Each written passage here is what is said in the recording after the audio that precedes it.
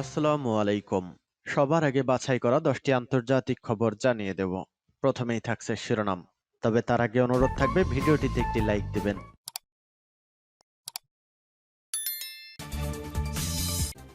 অস্তিত্ব হুমকির মুখে পড়লে পরমাণু অস্ত্র ব্যবহার করব বলছে রাশিয়া। ইরান উদত্ত 7 মাথার ড্রাগনকে ধূলিসাৎ করে দিয়েছে। এবার যুক্তরাষ্ট্রকে সরাসরি হুমকি দিল ক্ষুব্ধ চীন। ইরানকে ফের বাধ্য করল যুক্তরাষ্ট্র। তেল গ্যাস ইস্যুতে পিছু হটবে না হিজবুল্লাহ, আমেরিকা ভুলের মধ্যে আছে। সর্বশেষ জানিয়ে দেব, আগ্রহী নয় ভারত, তবুও এসসিও সম্মেলনে মোদির সঙ্গে বৈঠকে বসতে পা বাড়িয়ে চীন। শুনছিলেন সংবাদ শিরোনাম, এখন বিস্তারিত। তবে তার আগে অনুরোধ থাকবে ভিডিওটিতে একটি লাইক এবং কমেন্টস করে জানিয়ে দিন এই ভিডিও সম্পর্কে আপনার মূল্যবান মতামত।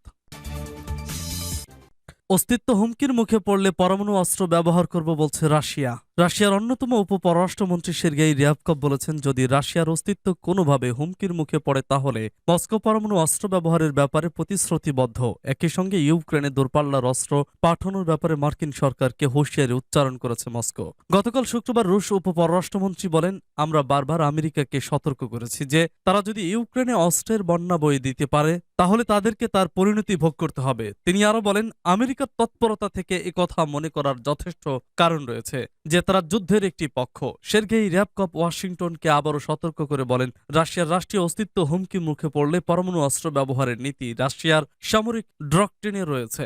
রাশিয়া নিজের স্বার্থ রক্ষার ব্যাপারে সম্পূর্ণভাবে সক্ষম। ইউক্রেনের সামরিক অভিযানের মধ্য দিয়ে রাশিয়া তার লক্ষ্য অর্জন করতে সক্ষম হবে বলেও তিনি উল্লেখ করেন। রিয়াবকভ বলেন, আমরা আমেরিকাকে উস্কানিমূলক তৎপরতা, যেমন ব্যাপক বিধ্বংসী দীর্ঘ পাল্লার অস্ত্র সরবরাহ থেকে বিরত থাকার ব্যাপারে সতর্ক করছি। এই ধরনের অস্ত্র সরবরাহ করার মধ্য দিয়ে দুই পক্ষ এমন পর্যায়ে চলে যাবে যেখান থেকে ফিরে আসার কোনো সুযোগ থাকবে না এবং যার জন্য সম্পূর্ণভাবে ওয়াশিংটন দায়ী থাকবে। তিনি আরো বলেন, ইউক্রেন সংঘাতে একটি পক্ষ হয়ে যাওয়ার ব্যাপারে আমেরিকার দূরত্ব খুবই কমই আছে এবং তাদের একথা ভাবার কোনো সুযোগ নেই যে রেড লাইন ক্রস করলে সবকিছু ঠিক থাকবে। সূত্র পার্স টুডে। ইরান উদত্ত 7 মাথার ড্রাগনকে ধূলিসাৎ করে দিয়েছে। ইরানের সর্বোচ্চ নেতা বলেছেন, 7 মাথার ড্রাগনের উদত্ত মাথা মাটিতে নুয়ে দিয়েছে ইরান। বিশ্ব আহলে বাইত সংস্থার 7ম কংগ্রেসে আমন্ত্রিত সদস্য অতিথিদের সমাবেশে হজরত আয়াতুল্লাহিল ওজামা খামেনি আজ একথা বলেন। তিনি বললেন, আহলে বাইতের প্রেরণায় ইরান বলদর্পী ওই 7 মাথাকে পিছু হটিয়ে দিতে এবং উন্নয়ন করতে সক্ষম হয়েছে। সর্বোচ্চ নেতার দপ্তরের বার্তা বিভাগ থেকে জানানো হয়েছে, ওই সমাবেশে তিনি বিশ্বব্যাপী আহলে বাইতের সম্মান ও জনপ্রিয়তাকে নজিরবিহীন বলে উল্লেখ করেন। তিনি বলেন, বিশ্ব আধিপত্যবাদী শক্তির বিরুদ্ধে আহলে বাইতের পতাকা উত্তোলনকারী দেশ হিসেবে ইরান মনে করে মুসলিম বিশ্বে প্রকৃতপক্ষে কোনো রকম ধর্মীয়, জাতিগত, সাম্প্রদায়িক কিংবা বর্ণগত বিভেদ রেখা নেই। মুসলিম বিশ্বের মাঝে বিভেদ রেখা টানার চেষ্টা করছে বিশ্ব কুফরি ও বলদর্পী শক্তি। ইসলামী ইরান শত্রুদের বিচিত্র আক্রমণ প্রতিহত করার ক্ষেত্রে একটি বাস্তব রোল মডেল। ইরান পেরেছে একটি নবীন কিশলয়কে প্রাচীন বৃক্ষে পরিণত করতে। এই রোল মডেলের পেছনে কেবল রাজনৈতিক পন্থাই নয় এবং ইমাম খমেনি রহমাল্লাহু এর নীতি আদর্শের অনুসরণ ভূমিকা রেখেছে। অপরাপর দেশ ও জাতিকেও বলদর্পী শক্তির বিরুদ্ধে রুখে দাঁড়াতে উদ্বুদ্ধ করার কারণে ইরান আধিপত্যবাদীদের শত্রুতা ও গা জ্বালার কারণ হয়ে দাঁড়িয়েছে। ইরান বিভিন্ন দেশে দায়েশের মতো সন্ত্রাসীদের দিয়ে আমেরিকার হস্তক্ষেপকামিতাকে নস্যাৎ করে দিয়েছে। সেজন্য তারা এখন ইরান ভীতি, শিয়া ভীতির মতো অপপ্রচার চালাচ্ছে। এমনকি আমেরিকা এখন ইরানের বিরুদ্ধে অন্যান্য দেশের অভ্যন্তরে হস্তক্ষেপ করারও অভিযোগ তুলেছে। ইরানের সর্বোচ্চ নেতা বলেন, অন্য কোনো দেশে ইরান হস্তক্ষেপ করে না। ইসলামী সরকার ব্যবস্থার উন্নয়ন ও অগ্রগতি রোধ করতে না পেরেই তারা এইসব অভিযোগ তুলেছে বলে তিনি মন্তব্য করেন। তিনি বলেন, সবার উচিত বলদর্পী শক্তিগুলোর নীতির বিরুদ্ধে সচেতনভাবে রুখে দাঁড়ানো এবং কোনোভাবেই তাদের সহযোগিতা না করা। সর্বোচ্চ নেতা বলেন, মুসলিম বিশ্বের মাঝে অবাস্তব বিভেদ রেখা আঁকাই বলদর্পী শক্তিগুলোর বর্তমান নীতি। বিশ্বের বিভিন্ন দেশে যে শিয়া সুন্নি বিরোধ, আরব আজম বিরোধ, শিয়াদের সাথে শিয়াদের বিরোধ কিংবা সুন্নিদের সঙ্গে সুন্নিদের বিরোধ লক্ষ্য করা যায়, সবই বৃহৎ শয়তান আমেরিকার কাজ। ওই শয়তানের বিরুদ্ধে সবাইকে সচেতন থাকার আহ্বান জানান আয়াতুল্লাহ খামেনি। মুসলিম বিশ্বের ভবিষ্যৎ উজ্জ্বল বলে উল্লেখ করে ইরানের সর্বোচ্চ নেতা বলেন, শিয়া মুসলমানরা ওই উজ্জ্বল ভবিষ্যৎ রচনায় ব্যাপক ভূমিকা রাখতে পারে। সূত্র পার্স টুডে। এবার যুক্তরাষ্ট্রকে সরাসরি হুমকি দিল ক্ষুব্ধ চীন। তাইওয়ানের কাছে যুক্তরাষ্ট্র $110 কোটি অস্ত্র বিক্রির ঘোষণা দেওয়ার ওয়াশিংটনের উপর বেজায় চটেছে চীন। এ নিয়ে যুক্তরাষ্ট্রকে সরাসরি হুমকি দিয়েছে বেইজিং। বার্তা সংস্থা রয়টার্স শনিবার এক প্রতিবেদনে তথ্য জানিয়েছে, যুক্তরাষ্ট্রকে অবিলম্বে অস্ত্র বিক্রি প্রত্যাহার করার আহ্বান জানিয়েছে চীন। এ ব্যাপারে ওয়াশিংটনে চীনা দূতাবাসের মুখপাত্র লিউ পিউং বলেছেন, এই অস্ত্র বিক্রি তাইওয়ানের স্বাধীনতাকামী বিচ্ছিন্নতাবাদী শক্তিকে ভুল সংকেত পাঠাচ্ছে এবং চীন মার্কিন সম্পর্ক এবং তাইওয়ান প্রণালী জুড়ে শান্তি ও স্থিতিশীলতাকে মারাত্মকভাবে হুমকির মুখে ফেলেছে। পরিস্থিতির উন্নয়নের লক্ষ্যে চীন দৃঢ়তার সঙ্গে বৈধ এবং প্রয়োজনীয় পাল্টা ব্যবস্থা নেবে বলেও জানিয়েছেন তিনি। প্রসঙ্গত, তাইওয়ানের কাছে 160টি ক্ষেপণাস্ত্র সহ $110 কোটি অস্ত্র বিক্রির ঘোষণা দিয়েছে যুক্তরাষ্ট্র।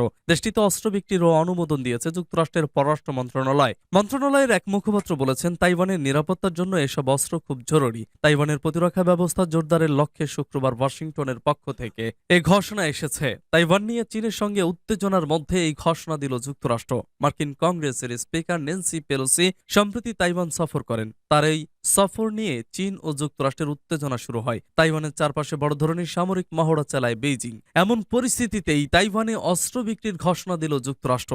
যুক্তরাষ্ট্র তাইওয়ানে নতুন করে যে অস্ত্র বিক্রির ঘোষণা দিয়েছে, এর মধ্যে আছে ধেয়ে আসা ক্ষেপণাস্ত্র শনাক্ত করার জন্য $66 কোটি 50 লাখ রাডার ওয়ার্নিং সিস্টেম। এছাড়া আছে $35 কোটি 50 লাখ 60টি হারপুন ক্ষেপণাস্ত্র, যা যে কোনো জাহাজ ডুবিয়ে দিতে সক্ষম। এছাড়া আছে আকাশ থেকে আকাশে নিক্ষেপযোগ্য 100 ক্ষেপণাস্ত্র। তবে তাইওয়ানের কাছে এই অস্ত্র বিক্রিতে মার্কিন কংগ্রেসের অনুমোদন লাগবে। তবে তাইওয়ান প্রশ্নে কংগ্রেসের উভয় দল সব সময় সমর্থন দিয়ে আসছে। তাই কংগ্রেস তাইওয়ানের কাছে নতুন করে এসব অস্ত্র বিক্রির অনুমোদন শিগগিরই দেবে বলে ধারণা করা হচ্ছে। ইরানকে ফের বাধ্য করল যুক্তরাষ্ট্র। যুক্তরাষ্ট্র চলতি সপ্তাহে দ্বিতীয়বারের মতো ইরানকে মার্কিন সামরিক ড্রোন ছেড়ে দিতে বাধ্য করেছে মার্কিন কর্মকর্তাদের। বরাদ দিয়ে বার্তা সংস্থা রয়টার্স শনিবার এক প্রতিবেদনে জানিয়েছে, এর আগে লোহিত সাগরে যুক্তরাষ্ট্রের 2টি ড্রোন আটক করেছিল ইরানের নৌবাহিনী, কিন্তু সেগুলো আবারও ছেড়ে দিয়েছে তারা। ইরানের রাষ্ট্র টিভি জানিয়েছে এই তথ্য। এ ব্যাপারে টেলিভিশনে বলা হয়েছে, ইরানের নৌবাহিনীর যুদ্ধজাহাজ জামারান পরবর্তী দুর্ঘটনা এড়াতে যুক্তরাষ্ট্রের নৌবহরকে অবহিত করার পর বৃহস্পতিবার 2টি ড্রোন আটক করেছিল। আন্তর্জাতিক শিপিং লেন নিরাপদ করার পর 2টি ড্রোনকে নিরাপদ স্থানে ছেড়ে দেওয়া হয়। একটি ভিডিওটিতে দেখা যায় ইরানের নৌবাহিনীর 1 ডজনেরও বেশি সেনা ড্রোন দুটিকে তাদের জাহাজের ডেক থেকে সমুদ্রের দিকে ঠেলে দিচ্ছে। এর আগে মঙ্গলবার যুক্তরাষ্ট্রের পক্ষ থেকে জানানো হয়, ইউএস 5ম বহরের একটি ড্রোন আটক করার চেষ্টা করেছিল ইরানের ইসলামিক রেভলিউশন গার্ড, কিন্তু তাদের সেই প্রচেষ্টা ব্যর্থ করে দেওয়া হয়। মার্কিন নৌবাহিনী এক বিবৃতিতে ইরানের ওই কর্মকাণ্ডকে চ্যালেঞ্জ করে জানিয়েছে, ড্রোন দুটি নিকটতম সামুদ্রিক ট্রাফিক লেন থেকে কমপক্ষে 4 নটিক্যাল মাইল দূরে একটি নির্ধারিত টহল এলাকায় ছিল। এদিকে ইরান লোহিত সাগরে ইরান উপকূলের কাছে তাদের নৌসেনাদের উপস্থিতি বাড়াচ্ছে।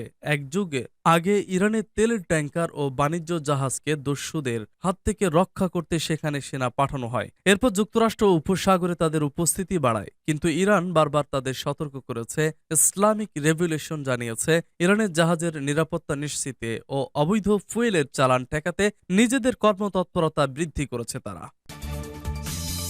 তেল গ্যাস ইস্যুতে পিছু হটবে না হিজবুল্লাহ, আমেরিকা ভুলের মধ্যে আছে। লেবাননের ইসলামী প্রতিরোধ আন্দোলন হিজবুল্লাহর নির্বাহী পরিষদের উপপ্রধান আলী দামুশ বলেছেন, লেবাননের প্রতিরোধ সংগ্রামীরা দেশের তেল ও গ্যাস অধিকারের বিষয়ে কোনো ছাড় দেবে না, পিছু হটবে না। তিনি আরও বলেছেন, আমেরিকা যদি এটা ভেবে থাকে যে চাপ প্রয়োগের পাশাপাশি তেল ও গ্যাস উত্তোলন ইস্যুটির সমাধান বিলম্বিত করার মাধ্যমে প্রতিরোধ সংগ্রামকে তার অবস্থান থেকে সরানো যাবে, তাহলে বলবো তারা মারাত্মক ভুলের মধ্যে রয়েছে। হিজবুল্লাহর প্রভাবশালী নেতা আলী দামুশ বলেন, মার্কিন যুক্তরাষ্ট্র সফটওয়্যার বা নরম যুদ্ধের মাধ্যমে আমাদের তরুণদেরকে ধর্ম, মূল্যবোধ, নীতি নৈতিকতা ও প্রতিরোধের পথকে দূরে সরাতে চাইছে। তবে হিজবুল্লাহ ধর্ম ও নীতি নৈতিকতার পথে অবিচল থেকেও প্রতিরোধ অব্যাহত রাখবে। হিজবুল্লাহ নিজেদের দেশ ও সম্পদ রক্ষাকে তাদের ন্যায্য অধিকার বলে মনে করে। ইহুদিবাদী ইসরায়েল লেবাননের পানিসীমা থেকে জোর করে তেল ও গ্যাস উত্তোলনের পায়তারা করছে। তবে হিজবুল্লাহ স্পষ্ট বলে দিয়েছে, জাতীয় সম্পদ রক্ষায় হিজবুল্লাহ প্রয়োজনে ইসরায়েলের সঙ্গে যুদ্ধ করবে। গত কয়েক মাস ধরে ক্যারিশ গ্যাস ক্ষেত্র নিয়ে লেবানন ও ইসরায়েলের মধ্যে উত্তেজনা চলছে। আমেরিকা মধ্যস্থতার নামে সময় ক্ষেপণের চেষ্টা করছে। ভূমধ্যসাগরে অবস্থিত কারিশ গ্যাস ক্ষেত্র লেবাননের পানিসীমার মধ্যেও পড়েছে, কিন্তু ইসরায়েল লেবাননের অধিকারের প্রতি ভ্রুক্ষেপ না করে সেখানে গ্যাস উত্তোলনের প্রস্তুতি নিচ্ছে। সূত্র পার্টস টুডে।